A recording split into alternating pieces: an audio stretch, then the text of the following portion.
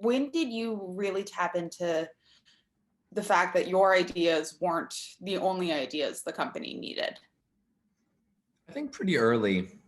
Um, I think I sort of realized that the company was quickly becoming a personification of me.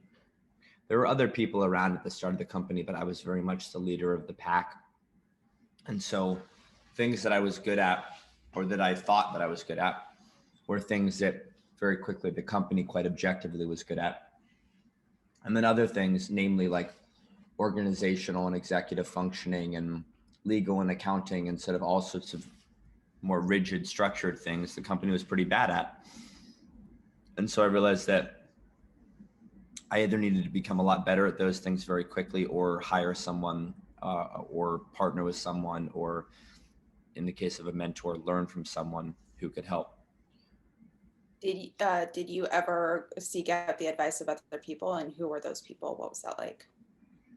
Yeah, I did. I'm not very good at having a mentor. I don't know exactly why. Maybe it's because I seem like I have strong opinions and I'm not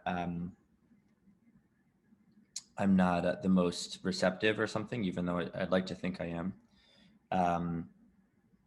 I think the most successful mentors I've had are people that are closer to my age and can really empathize with the state of my life or of entrepreneurship, the state of the company. People that conventionally are mentors. When I think of a mentor, I think of someone quite a bit older who's really like lived some life. And while they might have some wisdom, in the case of entrepreneurship, or particularly this flavor of entrepreneurship, which is very tech heavy, very disruption heavy, it's disrupting a lot of what other people know and love and cherish. So having a mentor who's 50 or something is less able to help, at least in my case, than people who are just a couple years ahead of me in their journey. Who are some of those people right now? Do they exist for you, those peers? Yeah, I think there were probably two that had a pretty outsized impact on the company. I wouldn't call them full-blown mentors, but one is Chris Laverne, who's the founder of Thought Catalog. And we got sort of a hilarious story that I won't waste our time with, but I guess I'll boil it down to a model in our network in Michigan claimed that she knew him and that she could set us up and that she would charge me money for the introduction. So I said, if you can get me in a room with him, I'll pay you the money. And she did. And so I paid her. And then I became good friends with Chris. And, months into our friendship, I sort of said, how do you know this girl? I mean, she's from the middle of nowhere and she's 19 years old. And like, how, why I wouldn't have expected you to be friends with her. And he wasn't friends with her and didn't know her. And she just cold emailed him and had sort of played us both. So I always joke with him that he owes me money for our friendship, but he's maybe 2 or 3 years older than I am and started a company when he was 20. So, at the time probably had 8 or 9 years of entrepreneurial experience to my 2 or 3, and is just a little older, a little wiser, and has been through a lot of the stuff that I'd gone through. So was able to give a lot of helpful advice and sort of stern criticism from someone that I respected along the way. So that was helpful. And then another would-be mentor, I basically would work so hard in the beginning that I'd be like really just, it wasn't even really the hours. It was just more like for 9 or 10 or 11 hours straight, I'd be so stressed and in it that by the end of the day, I still wanted to work. I still wanted to improve, but I couldn't work. So I would just watch YouTube videos like on the subject matter du jour, the thing I was struggling with. I just sort of search on YouTube, and usually there are talks or panels or something with smart people. And I clicked on one with 2 very successful men. This guy named Brian Balfour, who ran growth for HubSpot, which is a multi-billion-dollar company, and then a gentleman who ran growth for Instacart and turned it into what it is today. And I had heard of both of their names before, and then a woman I'd never heard of. So I clicked on it, and the woman I'd never heard of is quite small. She's sort of 5'1" and very diminutive. And I never heard of her, never heard of the company that she worked for, but she wiped the floor with these guys. Like the talk was really insightful, really helpful.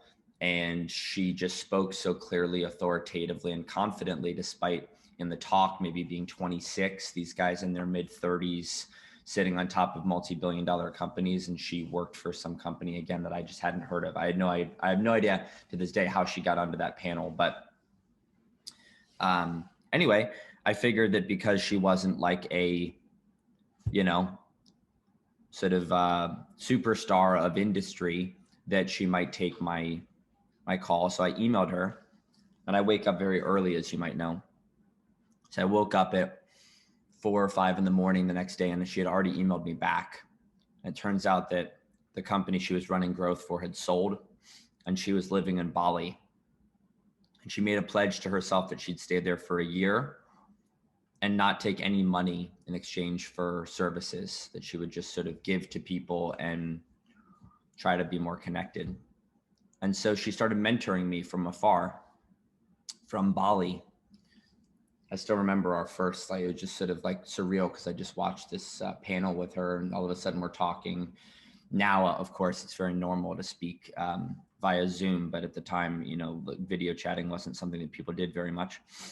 And so we video chatted, and then she sort of became a formal consultant that I paid, and we met on a weekly basis for a year or two. And it was very helpful. She just, again, been through a lot, knows startups cold, has incredible instincts, and is one of the sharpest minds I know. So again, never really like, come here, son, like take me under her wing. Never that kind of mentorship per se, but a lot of advice, and I've been through what you're going through before. So even if it wasn't overtly emotional or overtly sort of I'm your mentor, a lot of helpful nudges along the way. Is there anything about the mentorship process that either pleasantly surprised you or that proved to be a learning curve as you were seeking advice for the hub? A lot of people, it's sort of like, you'll take what I say entirely or not at all. And that can be hard sometimes, because particularly when you're running a company that's quite nuanced, all companies are hard, but marketplaces, you know, the woman who started TaskRabbit was quoted talking about how it's sort of a 3-dimensional puzzle. And people rarely have all the answers, they have pieces. So for me, if I had a mentor, I would say it's like, maybe it's 30% Chris and 30% Julia, but about 5%, 10 other people that I've added all together and taken pieces from. So in fact, I'd say the most helpful thing to me since I've started my company is my board. And that's 12 people. And I get the best thinking of all of them as opposed to one thinking from one of them. A board seems like a formalized version of mentorship, kind of, in a way. I'm just curious your thoughts on that, and also, what were some of just the tangible benefits of creating this board? Because I know you created one without the obligation of a VC fund telling you to. Yeah, I created a board just, again, as you said, not because someone told me to, but because I wanted to. And I have to say, like, as someone who's really into mental health, you and I've spoken about this, there are a lot of things that you do to try to improve your mental health. Journaling, eating well, exercising, meditation, and they all take a long time. It's like if you want to like actually see benefits from meditating, maybe after 2 weeks, but mostly it's like months of really like turning it into a practice. Say my first board meeting, I was like, oh my gosh, this is like, why didn't I do this sooner? This is the best thing in the world. The advice I got right out of the gate, but I think it was more just like an emotional, it was looking around the proverbial room, because I did it during COVID, but the Zoom room, and just seeing people, all of whom that I really respect, and knowing that they'd be in the weeds with me. That's a frustrating thing about like advice. I would, again, like maybe one distinguishing trait between mentors and advisors or advice is, I think a mentor really makes it his or her business to really understand the full picture, to give you advice with context. A lot of people give me advice. They'll sort of fly by and they'll be like, oh, you shouldn't do that, or you should do this. And they don't know like 16 other pieces. And so it can feel quite lonely because, again, you don't want to be disrespectful and say you don't understand, or I'm not going to take that advice. But when someone doesn't understand all the little things that are connected, and again, with marketplaces, you have supply, demand, software, like there are reasons why I'm doing things sometimes that aren't readily apparent. And so advice often is absent of that context, a board or a true mentor, but in this case, a board, they're really in the weeds with me. We have 2-hour board meetings. So I like really explain the nuances of what I'm grappling with. And over time, in particular, now that we've had many board meetings, they actually like really understand what I'm grappling with. And so when they give me advice, they're smart enough people and they have enough context that I'm like, okay, I'm really ready to listen to this. You're not just some smart person flying by and saying something out the car window. I'm curious, would you advise anybody, whether they're starting a company or in the first few stages, maybe especially those first 18 months that are really make or break for a startup, would you suggest they find a mentor or somebody who can give this like very tailored advice? Yeah, I'm not sure that I'm the best person to ask, or that I've succeeded in this regard. As I've said, I don't really have a mentor, or even like Julia and Chris are the closest things. And again, I wouldn't give them more than 30% mentor status, even though they've been very helpful. Finding, that's sort of like saying, you just moved to a new city. Should you seek out a wife or a husband? It's like, maybe, but it's hard to find the right person. And I always sort of find it funny when I see posts on LinkedIn where people are like,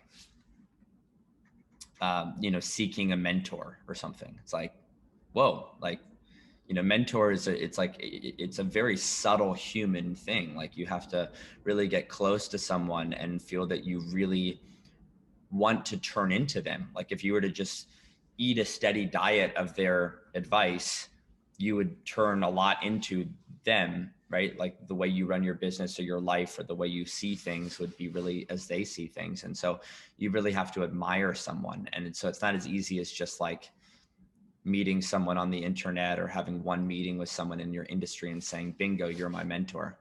I don't think.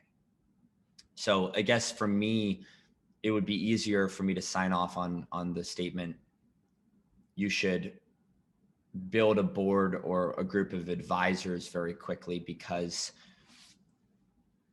the amalgam of the varying opinions, you can take what resonates with you from different people at different times in different ways and sort of build your own mentor, as opposed to one person who has very steadfast beliefs.